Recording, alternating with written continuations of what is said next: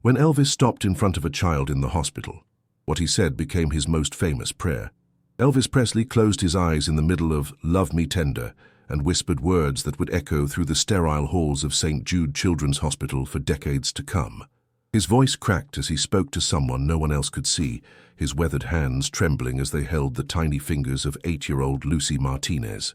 "God, if there's something I can do for this child besides singing, let me be used right now." The room fell silent. Doctors stopped writing. Nurses paused mid-step. Even the machines seemed quieter as Elvis opened his eyes and looked down at the pale girl who had been waiting 3 months just to meet him. What happened next would become legend. The morning started like any other Tuesday in Memphis. Elvis had been nursing his second cup of coffee when his manager, Colonel Parker, mentioned the hospital visit almost casually. "Just a quick stop, Elvis. Maybe an hour. Take some pictures. Sign some autographs for the kids." Elvis nodded, but something in his chest tightened. He'd done hospital visits before, but lately they affected him differently. Maybe it was getting older. Maybe it was becoming a father himself. Maybe it was just the weight of seeing so much pain in such small bodies. The drive to St. Jude took 20 minutes through the familiar streets of Memphis. Elvis sat in the passenger seat, watching the city blur past the tinted windows. His driver, Charlie Hodge, kept glancing in the rearview mirror. "You all right, Ep? You seem quiet today." Elvis adjusted his sunglasses and smoothed his black hair. "Just thinking, Charlie, just thinking." The truth was, Elvis had been praying more lately. Not the formal kind he'd learned as a child in Tupelo, but raw, honest conversations with whatever force had given him his voice and his platform. He'd started questioning what it all meant. The fame, the money, the screaming crowds. What was the point if he couldn't use it for something real? When they pulled up to the hospital, a small crowd had already gathered. Word traveled fast in Memphis when Elvis Presley was coming to town, even for something as private as a hospital visit.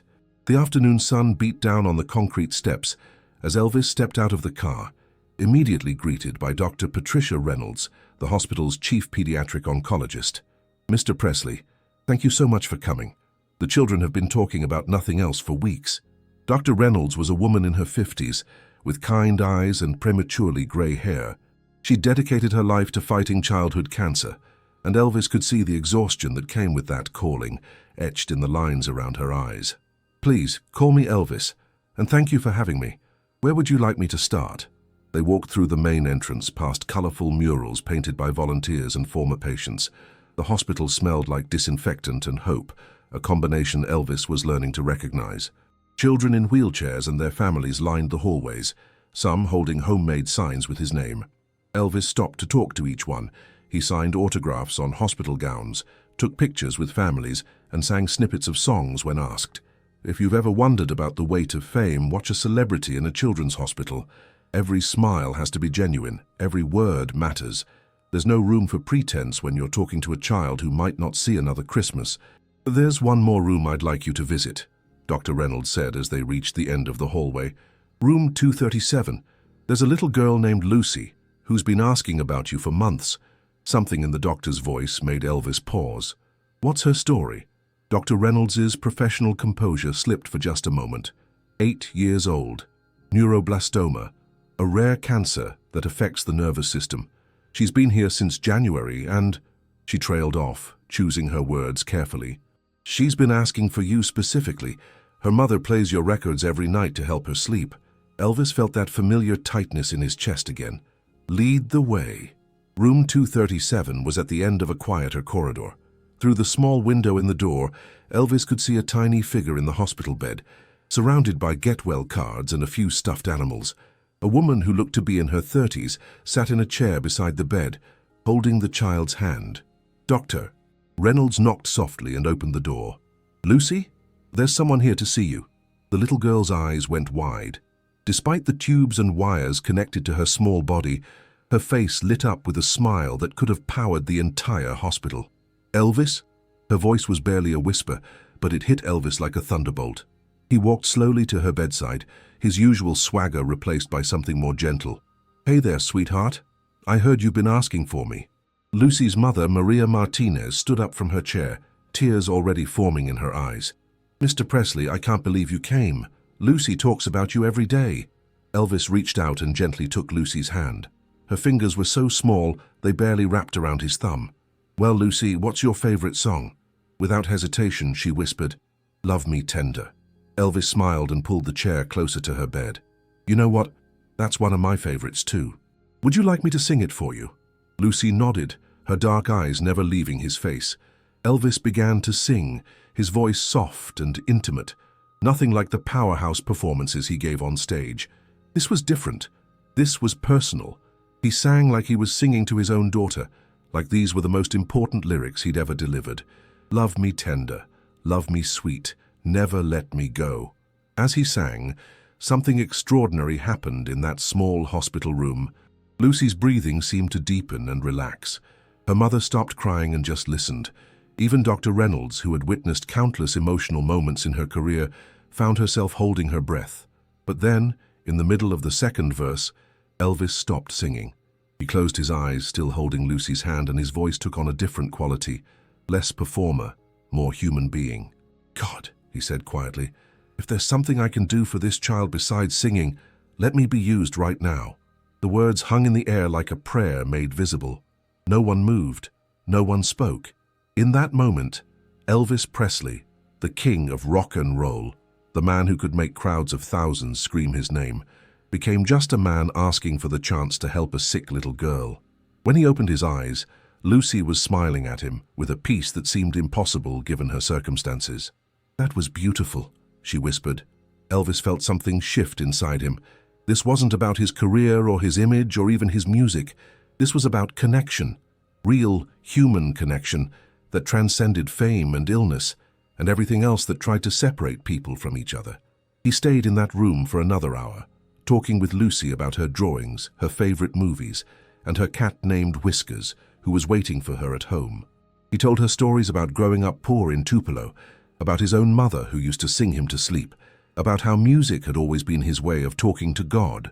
Stories like these touch the heart of anyone who believes in the power of human kindness. If content like this moves you, consider subscribing to hear more stories of hope and compassion. Let us know in the comments where you're watching from and share how music has touched your life.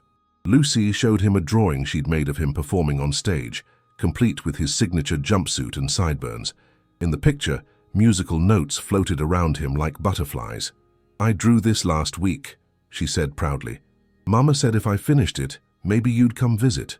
Elvis studied the drawing carefully, noting every crayon stroke and carefully colored detail. "This is incredible, Lucy. You're a real artist.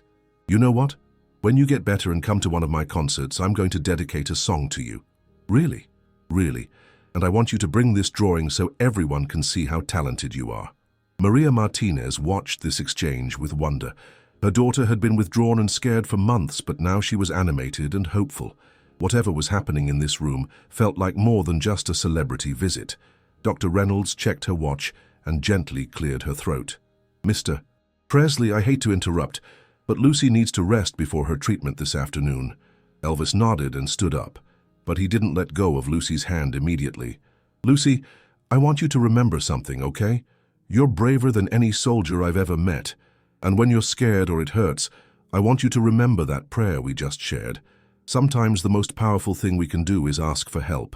Lucy squeezed his hand with what little strength she had. "Will you remember me?" Elvis leaned down and kissed her forehead gently. "Sweetheart, I could never forget you. You just taught me something very important." "What?" "That the best songs aren't always the ones you sing on stage."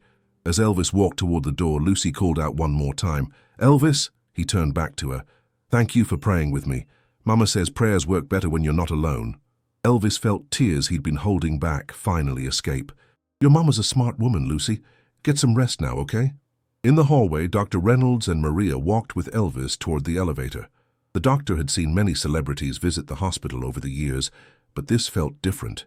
"Mr. Presley," she said, "what you did in there, that prayer, I've never seen anything quite like it." Elvis was quiet for a moment, processing what had just happened. "Doctor, can I ask you something?" "Of course. How do you do it? How do you work with these kids every day and not fall apart?" Dr. Reynolds smiled sadly. "The same way you just did.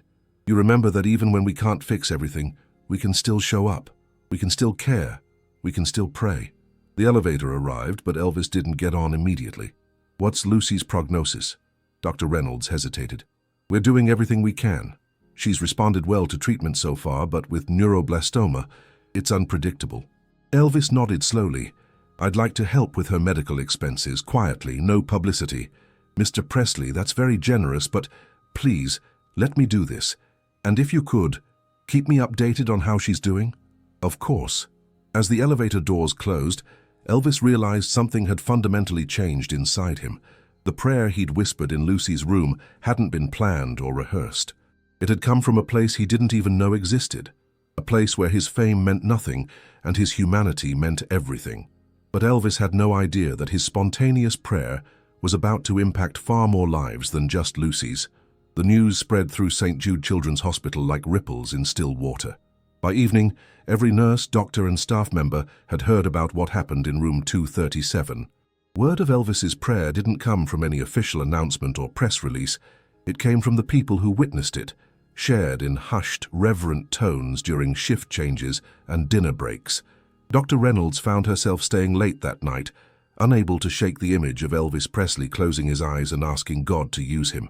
In 30 years of medicine, she'd seen faith manifest in countless ways, but there was something different about what happened in Lucy's room. It wasn't performative or calculated. It was raw, honest desperation disguised as hope. She walked back to room 237 around 10 o'clock to check on Lucy before heading home. Maria Martinez was still there, of course. The woman had barely left her daughter's side since January. How is she? Dr. Reynolds asked softly. Maria looked up from the book she'd been reading aloud. Different. She's been different since he left. Calmer, somehow. She keeps talking about the prayer. Doctor. Reynolds moved closer to Lucy's bed. The little girl was awake, staring at the ceiling with unusual focus. Lucy, how are you feeling, sweetheart? Lucy turned her head toward the doctor. Dr. Reynolds, do you think Elvis meant what he said? About God using him? The question caught the doctor off guard. How do you explain theology to an 8-year-old with cancer? What do you think, Lucy? I think he did, and I think it worked. What do you mean? Lucy's eyes lit up with the kind of clarity that sometimes emerges from suffering. He made me feel like I wasn't alone, not just because he was there, but because someone was listening. You know? Dr. Reynolds felt tears threaten her professional composure. Yes, sweetheart, I know exactly what you mean. Meanwhile, across town, Elvis couldn't sleep. He sat on the edge of his bed at Graceland, still wearing the clothes he'd worn to the hospital. The house was quiet, unusual for Graceland, which typically buzzed with activity well into the night. His mind kept returning to Lucy's face, to the way she'd looked at him when he prayed. He'd said countless prayers throughout his life, mostly private conversations with God about his career, his relationships, his fears, but this felt different. This prayer had been for someone else entirely, and somehow that made it feel more real. The phone rang around midnight. Elvis almost didn't answer, but something made him pick up. Elvis, it's Dr. Reynolds from St. Jude. His heart immediately raced. Is Lucy okay? She's fine. Better than fine, actually. I'm calling because something remarkable is happening here and I thought you should know. Elvis sat up straighter. What do you mean? After you left today, word spread about what happened in Lucy's room, about your prayer, and Elvis, other families started asking about it. Parents of sick children wanting to know if what they heard was true, that someone had actually stopped and prayed for their children too. Elvis was quiet, processing this information. Dr. Reynolds continued. We have a little boy named Michael in room 315, 7 years old, leukemia. When his father heard about Lucy and your prayer, he asked if he could say a prayer for his son too. So we did, right there in the hallway. Then another family joined us. Then another. How many families? 12 so far. Elvis, there are parents and children holding hands in our chapel right now because of what you started in room 237. Elvis felt something heavy and light at the same time settle in his chest. I don't understand. What you did today wasn't just about Lucy. It gave permission for something that was already there. Hope, faith, the need for connection. You showed them it was okay to ask for help out loud. After hanging up the phone, Elvis walked out to the grounds of Graceland. The Memphis night was warm and humid, filled with the sound of crickets and distant traffic. He found himself standing near his mother's garden, a place he often came when he needed to think. Gladys Presley had died 7 years earlier, but Elvis still talked to her sometimes, especially on nights like this, when the world felt too big and too small at the same time. "Mama," he whispered to the darkness, "I think something important happened today, and I'm not sure what to do with it." The next morning, Elvis called Colonel Parker and told him to clear his schedule for the week. He was going back to St. Jude.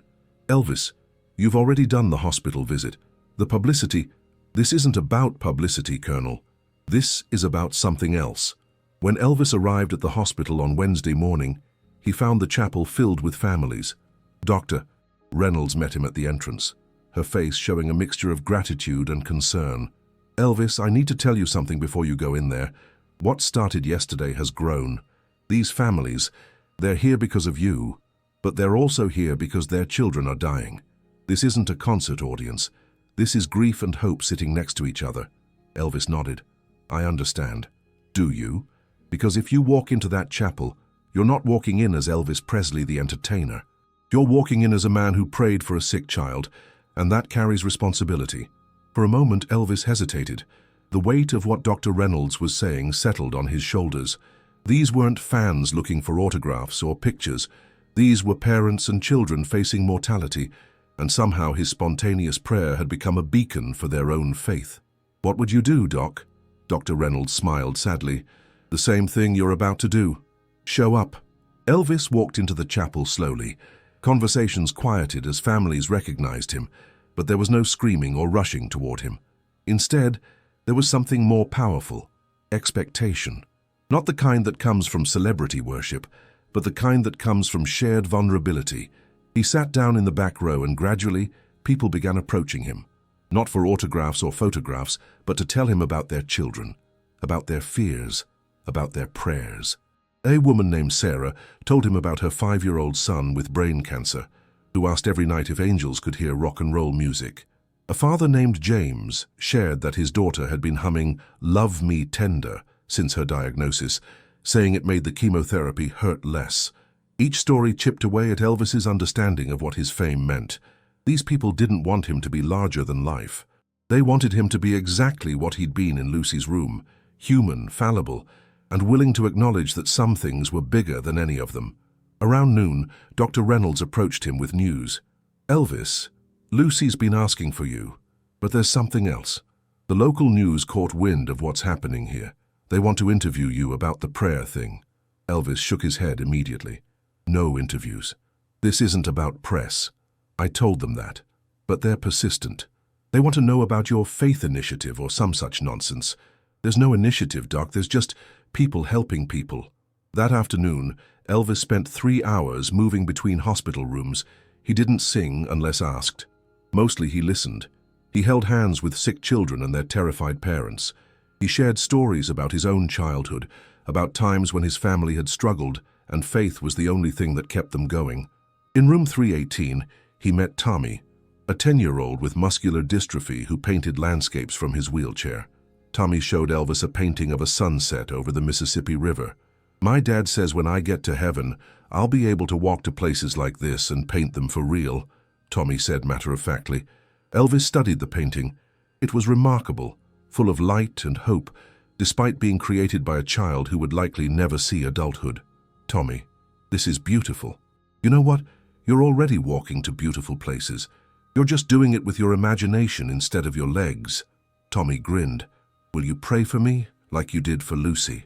Without hesitation, Elvis took Tommy's paint-stained hand in his. "Absolutely." This time the prayer was different, more confident somehow. Elvis was beginning to understand that these moments weren't about him performing faith for an audience. They were about creating space for hope to exist in the middle of impossible circumstances. God, Tommy here has already figured out how to see beauty in places his body can't take him. Help the rest of us learn that kind of vision. And if there's strength he needs that I can somehow provide, use me however you see fit. By Friday, the word about Elvis's hospital visits had spread beyond Memphis. Reporters called Graceland constantly. Religious leaders wanted to comment on his ministry. Entertainment industry colleagues wanted to know if this was a publicity stunt for a new gospel album. Elvis ignored all of it. Instead, he found himself developing a routine. Mornings at Graceland, handling necessary business. Afternoons at St. Jude, not as a celebrity making an appearance, but as a regular visitor who happened to be famous. The chapel prayers had evolved into something beautiful and organic. Families would gather around 2 o'clock, and together they would share their fears, their hopes, their gratitude for small improvements in their children's conditions. Elvis participated, but he didn't lead. He was learning that the most powerful thing he could offer wasn't his voice or his fame, but his presence. On Saturday, exactly 1 week after his first visit to Lucy's room, Dr. Reynolds asked Elvis to walk with her to the hospital's administrative offices. "Elvis, the board of directors wants to do something. They want to create a memorial plaque about your visits, something about how your prayer started a movement of hope in this place." Elvis stopped walking. "Doc, that's kind of you, but let me finish. I told them the same thing you're probably thinking, that this isn't about you or your prayer specifically. It's about what happened when people felt permission to hope out loud." They continued walking toward the administrative wing. "So what did you propose instead?" Dr. Reynolds smiled. "That we create a small meditation space, nothing fancy, just a quiet room where families can go to pray, to think, to be alone with whatever they're feeling. We'll call it the prayer room, and the only plaque will have that simple message you keep talking about." "Which message?" "That the most powerful prayers often come from the simplest places." Elvis felt that familiar tightness in his chest, but this time it felt like gratitude instead of anxiety. "I'd like to contribute to that room, Doc. Make it beautiful, comfortable, a place where families can find peace." "I was hoping you'd say that." They spent the afternoon planning the prayer room. Elvis wanted stained glass windows that would cast colorful light across comfortable seating. He wanted soft music, not necessarily religious, just peaceful. He wanted it to feel like a sanctuary from the clinical reality of hospital life. As they worked on the plans, Lucy Martinez appeared in the doorway, walking slowly but steadily, holding her mother's hand. "Elvis, Mama said I could come find you." Elvis looked up from the blueprints and felt his heart skip. Lucy looked stronger, more colorful than she had a week ago. "Lucy, look at you walking around. How are you feeling?" "Better. Dr. Reynolds says the medicine is working really good." Maria Martinez approached with tears in her eyes. "Mr. Presley, her latest scans showed significant improvement. The doctors are cautiously optimistic." Elvis knelt down to Lucy's level. "That's wonderful news, sweetheart." Lucy reached into her pocket and pulled out a folded piece of paper. "I drew you something else." Elvis unfolded the paper carefully. It was a drawing of the hospital chapel, filled with people holding hands in a circle. In the center of the circle, a figure that was unmistakably Elvis stood with his eyes closed and his hands raised. "This is what happened after you prayed for me," Lucy explained. "All these people started praying too. Mama says you started something beautiful." Elvis studied the drawing, feeling the full weight of the past week settle on him. This little girl had captured something he was only beginning to understand himself. "Lucy, can I ask you something?" "Sure. What do you think prayer really is?" Lucy considered this seriously, as only children can. "I think it's when you tell God you need help, but you also promise to help somebody else if you can." Elvis felt tears he'd stopped trying to hide. "That might be the smartest thing anyone's ever said to me." "Really? Really? And you know what? I think you just helped me understand why that prayer in your room felt so important." 3 months later, the prayer room at St. Jude Children's Hospital was dedicated. Elvis attended the ceremony quietly, standing in the back as Dr. Reynolds spoke about the power of hope and community. The room was exactly what they'd envisioned: peaceful, beautiful, filled with light. On the wall, a simple brass plaque read, "The most powerful prayers often come from the simplest places." Lucy Martinez, now in remission and back in school part-time, cut the ribbon with oversized scissors, while her mother and Elvis watched proudly. That night, as Elvis drove back to Graceland, he realized that the prayer he'd whispered in room 237 had been answered in ways he never could have imagined. He'd asked to be used to help a sick child, and somehow that request had grown into something that touched dozens of families, created lasting change at the hospital, and taught him that his greatest performances might happen when no one was recording.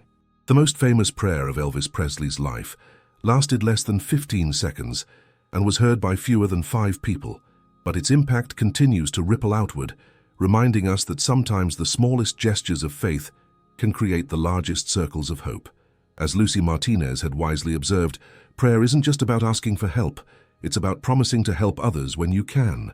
And sometimes The greatest gift we can offer isn't a solution, but simply the willingness to acknowledge that we're all in this together, fumbling through life and looking for moments of grace wherever we can find them.